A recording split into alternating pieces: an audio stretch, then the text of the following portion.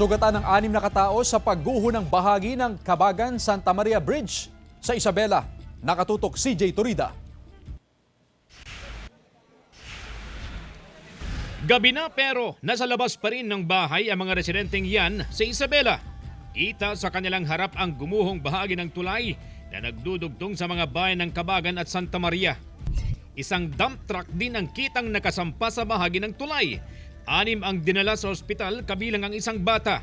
Hindi naman makita ang driver ng dump truck. Sa isang Facebook post kaninang umaga, sinabi ng Department of Public Works and Highways Region 2 na isang dump truck na may dalang malalaking tipak ng bato ang dumaan bago bumagsak ang bahagi ng tulay. May calculated gross vehicle weight daw iyon na mahigit 100 tonelada.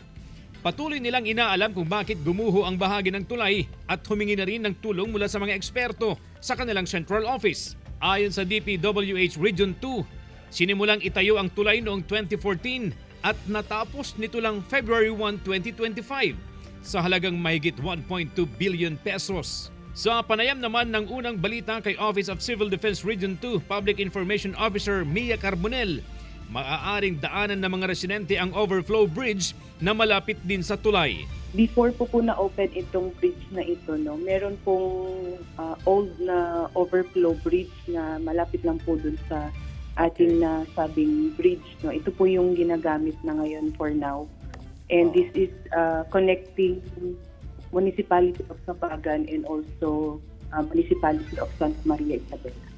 CJ Torida, One North, Central Luzon.